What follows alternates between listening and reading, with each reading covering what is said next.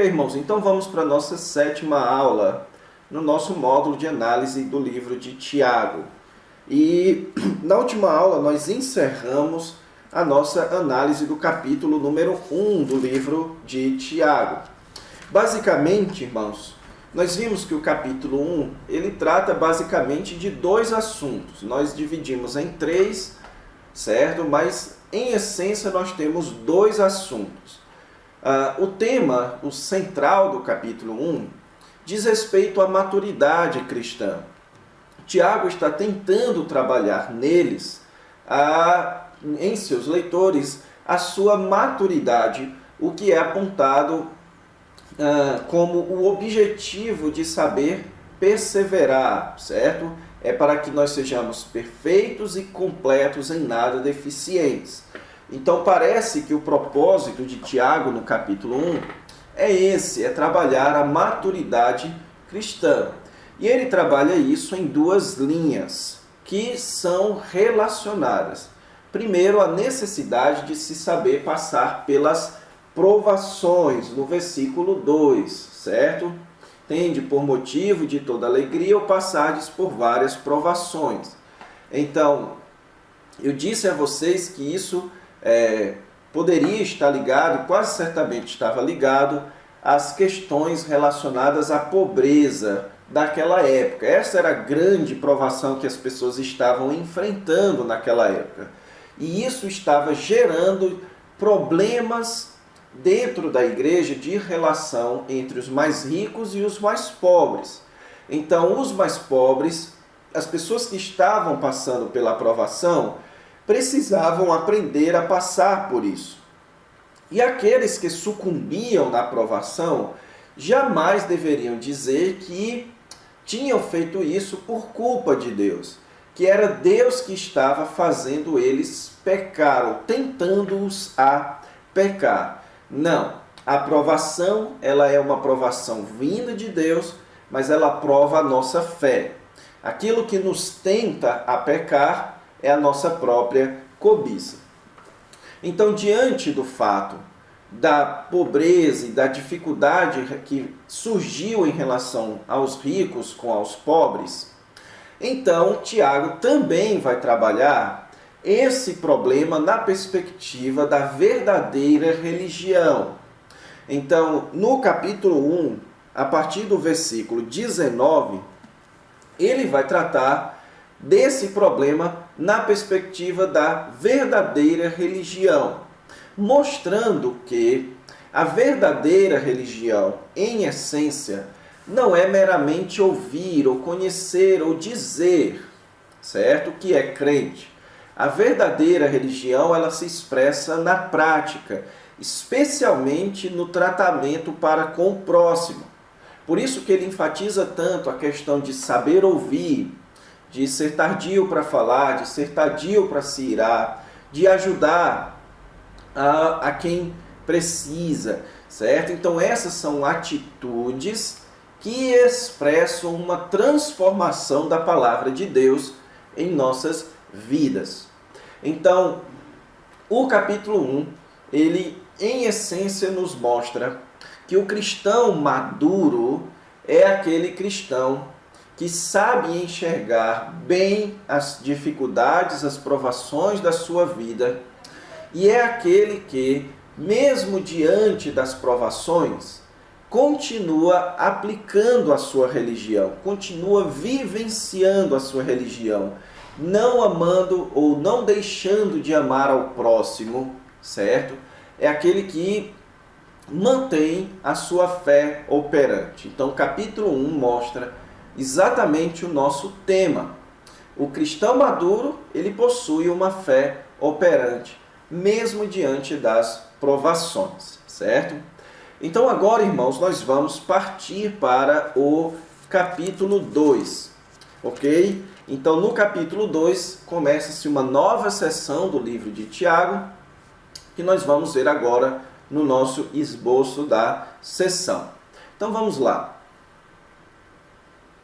Ok, irmãos, então veja aí na sua tela, nós vamos ver agora o esboço da sessão que nós vamos começar a analisar. Nós já vimos a seção de número 1, que é a saudação, a seção número 2, que fala a respeito da maturidade cristã, e agora a terceira seção, ela vai falar a respeito de construir uma comunidade saudável. Então isso vai do capítulo 2 até o capítulo 5, versículo 18. Então essa seção de número 3, irmãos, é a maior seção do livro de Tiago. E é uma seção que lida com a comunidade, lida com questões dentro da comunidade, certo? Eu mostrei para vocês que o capítulo 1 já lida um pouco com isso, mas ele é mais relacionado à pessoa, à maturidade da pessoa, para que a pessoa entenda como passar pela tribulação e o que é, então, ter uma verdadeira religião. Mas agora, Tiago, ele vai lidar diretamente com a comunidade, com as questões dentro da comunidade. E eu intitulei aqui essa sessão como Construindo uma Comunidade Saudável, certo? Então é uma forma homilética, uma forma didática de você expressar o assunto dessa sessão. E nós vamos ver, irmãos, que Tiago, ele vai tratar de várias doenças, certo? Ele vai tratar de vários probleminhas de imaturidade dentro da igreja. Então nós vamos colocar aqui o problema da imaturidade na igreja como sendo uma doença que Tiago vai tentar corrigir. Então, em primeiro lugar, ele vai tratar no capítulo 2 dos efeitos da doença, que no caso são o favoritismo e a fé sem obras. Então, são estes os assuntos do capítulo 2.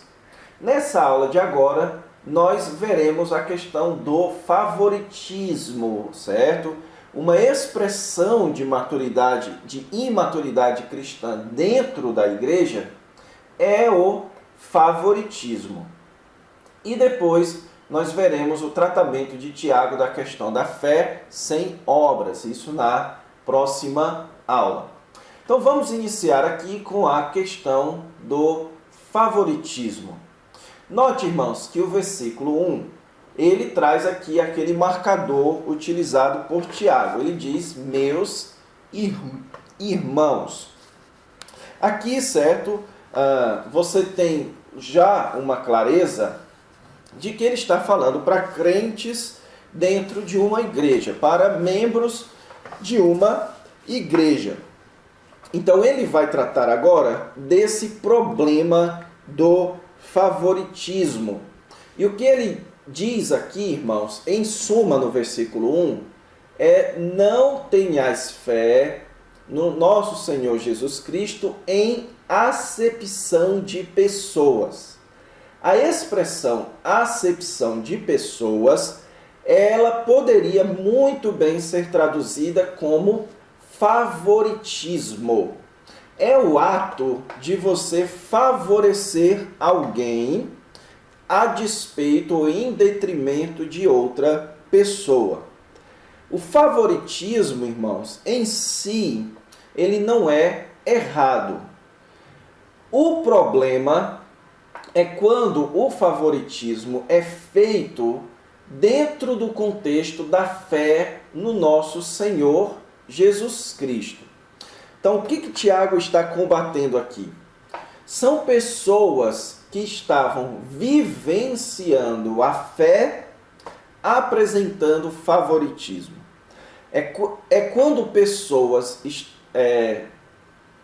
Quando as pessoas que afirmavam seguir a fé cristã, mas apresentavam expressões em sua vida de favoritismo, de tratamento desigual dos irmãos.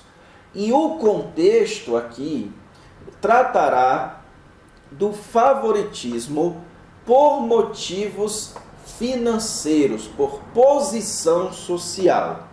É quando a igreja favorece uma pessoa em detrimento da outra, com base no da posição social, da posição financeira da pessoa. Então esse é o tipo de favoritismo que deve ser proibido dentro do contexto da fé.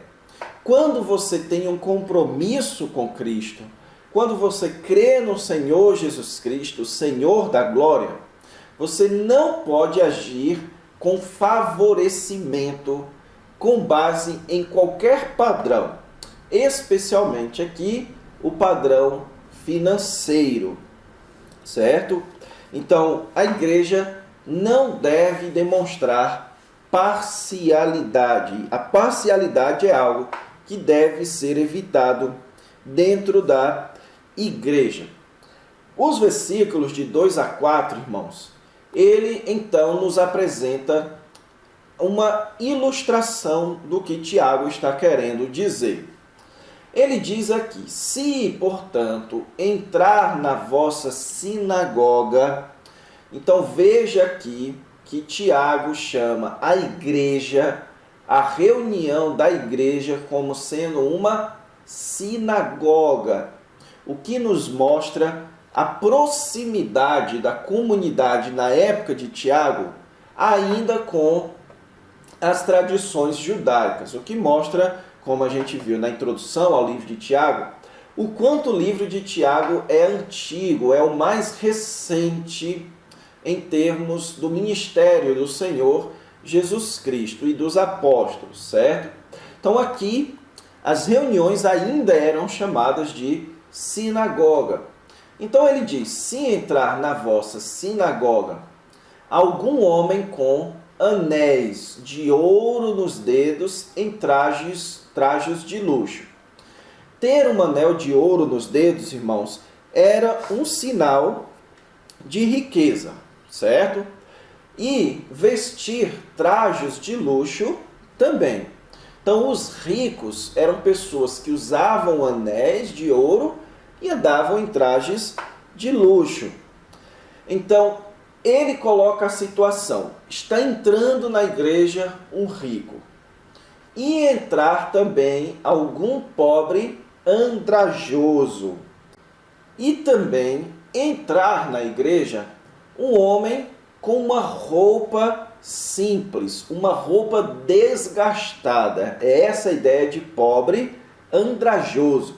É alguém que tem roupas bastante surradas, bastante usadas, o que sugere que é a única roupa daquela pessoa. Então você tem aqui dois tipos de pessoas entrando na igreja.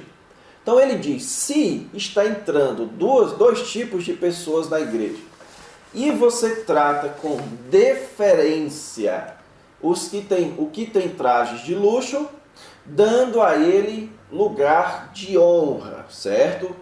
Dando a ele as cadeiras mais à frente, dando a ele as cadeiras principais.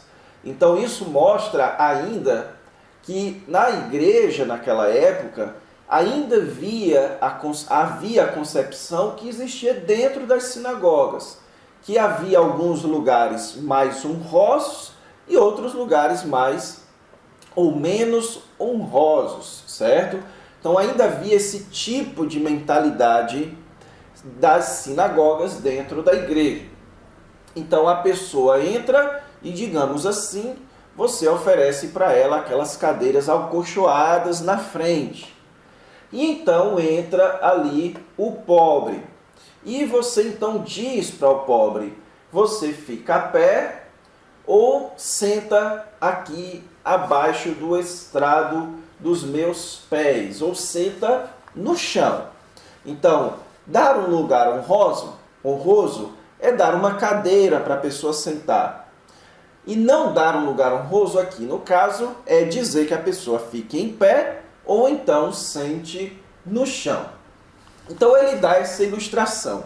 Se isso acontecer dentro da igreja, versículo 4. não fizestes distinção entre vós mesmos, e não vos tornastes juízes tomados de perversos pensamentos? Então aqui Tiago está condenando esse tipo de postura utilizando duas bases. Em primeiro lugar, que nós estamos fazendo uma distinção entre nós mesmos. Distinção essa que não existe na comunidade do corpo de Cristo. Cristo nos fez um. Cristo nos fez parte do seu corpo. Em Cristo já não há judeu e nem grego. Todos somos de Cristo. Dentro da comunidade, todos fazemos parte do corpo de Cristo. E, obviamente, que existe diferença dentro desse corpo, mas a diferença é de função. Existe uma diferença funcional. Uns são pastores, outros mestres, outros evangelistas, outros têm determinados dons, outros têm outros dons. Mas não há distinção financeira no corpo de Cristo, nem distinção étnica. Não existe nenhum destes tipos de distinção dentro da comunidade de Cristo. Então, quando você trata um rico bem e um pobre mal, ou quando você trata de maneira diferente as pessoas com base na sua condição social, você está anulando ou você está negligenciando ou não enxergando da perspectiva correta as pessoas. Você não está tratando as pessoas à luz da posição que elas ocupam no Senhor Jesus Cristo, mas da posição que elas ocupam dentro da sociedade. E isso é, então, um ato contra a nossa fé.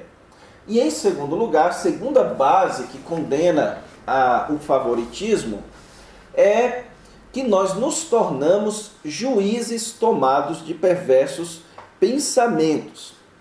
O Antigo Testamento, irmãos, contém vários textos que proíbem o juízo temerário, ou quando você julga as pessoas não com base no pensamento correto, na reta justiça, mas com base no favoritismo. Por exemplo, lá em Levíticos 19, versículo 15, diz lá: não perverta a justiça, não mostre parcialidade para o pobre ou favoritismo para o grande, mas julgue o seu próximo justamente. Então, não deve existir um juízo que favoreça o pobre ou o rico. Deve haver um juízo que favoreça a justiça. Então, quando você trata alguém com base não no que ela é em Cristo, mas na sua posição social, você está se tornando um juiz perverso. Um juiz que não trata com justiça, certo? Então, estas são as duas bases que Tiago nos dá aqui contra o favoritismo. Isso é uma negação, não apenas da nossa posição em Cristo, daquilo que nós somos em Cristo, como também é uma negação da justiça, do que deve ser feito. Agora, o versículo 5, irmãos, começa a nos apresentar algumas outras bases contra o favoritismo, certo? Veja aqui que ele usa mais uma vez aquele marcador. Ouvi, meus amados irmãos. Então, tomem nota disso, meus irmãos. Então, agora ele vai avançar para um novo raciocínio, ainda interligado com o anterior. Porque agora ele vai apresentar novas bases que combatam o favoritismo, certo? E a primeira base que ele apresenta aqui é uma base teológica. Ele diz: Não escolheu Deus os que para o mundo são pobres, para serem ricos em fé e herdeiros do reino que ele prometeu aos que o amam? Então, qual é o ponto de Tiago aqui? É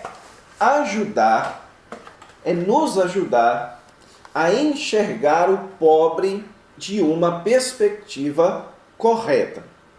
E a perspectiva correta a respeito do pobre é a perspectiva de Deus a respeito dele. Então, para Deus, os pobres são ricos. Agora, ricos em quê? Em fé e herdeiros do reino que ele prometeu. Nós não podemos entender aqui, irmãos, que Tiago está dizendo que Deus só escolheu os pobres. Obviamente que não é isso que ele está dizendo, porque, por exemplo, Barnabé, quando foi salvo, ele era rico, certo? Então, há exemplos de pessoas ricas no Novo Testamento e que foram salvas pelo Senhor Jesus Cristo, que foram eleitas por Deus. Portanto, aqui o ponto é que os pobres são alvos da graça de Deus. Os pobres são alvos da eleição de Deus. E que, portanto, para Deus, um pobre da igreja, um pobre eleito, não é visto como o mundo vê.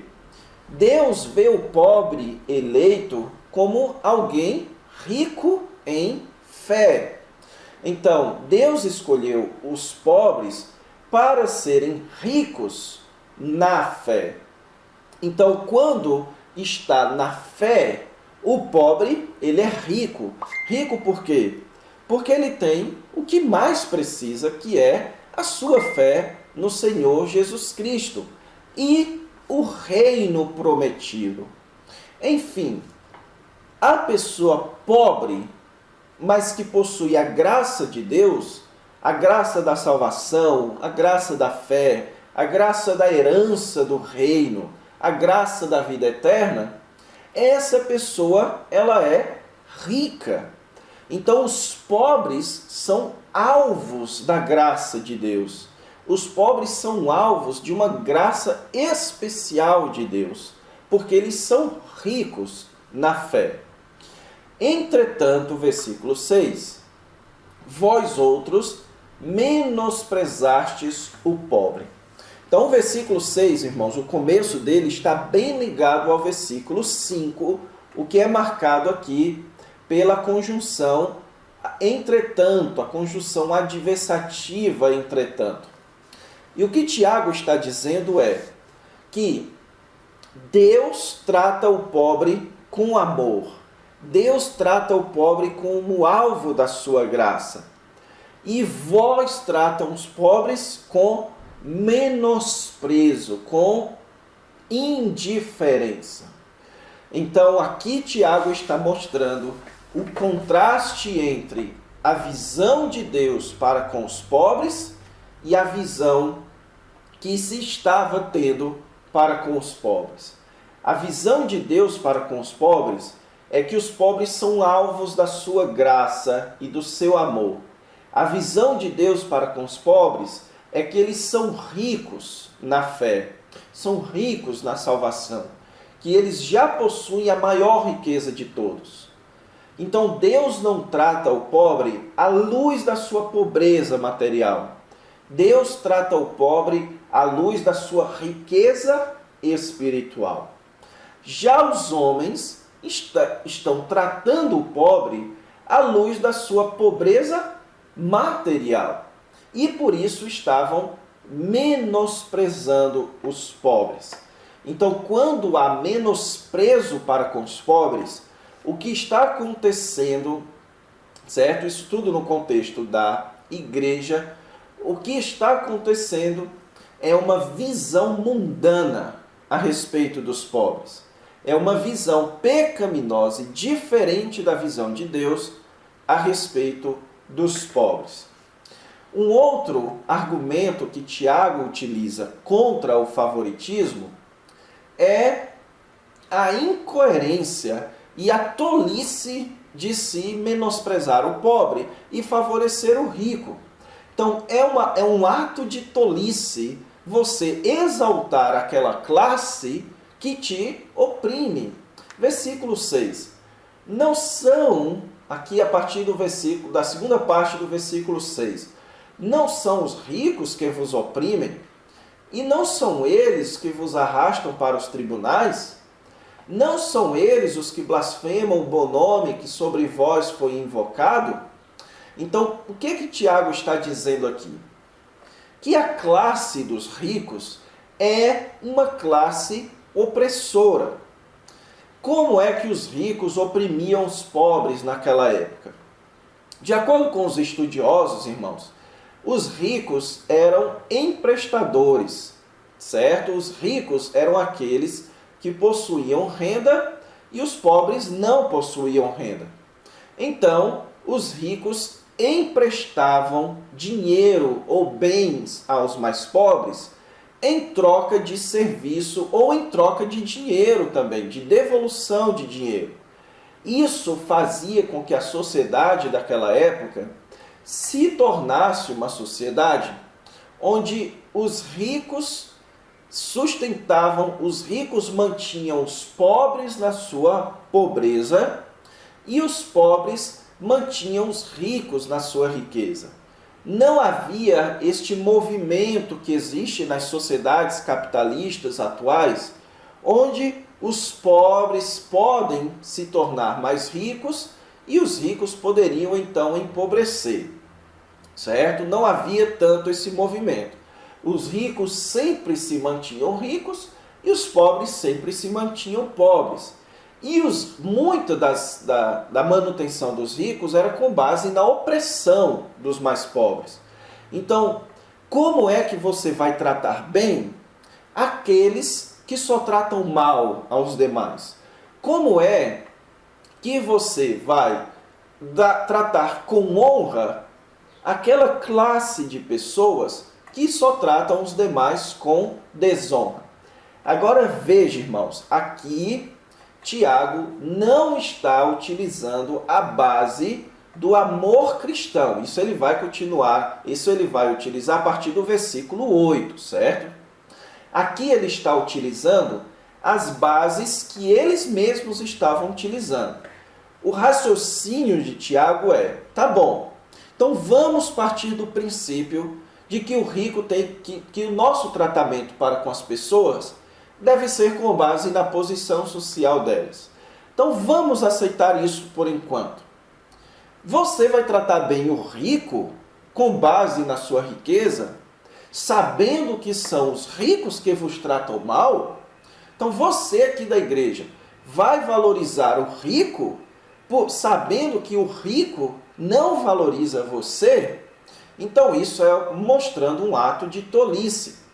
Mas também os ricos eram aqueles que arrastavam as pessoas para os tribunais.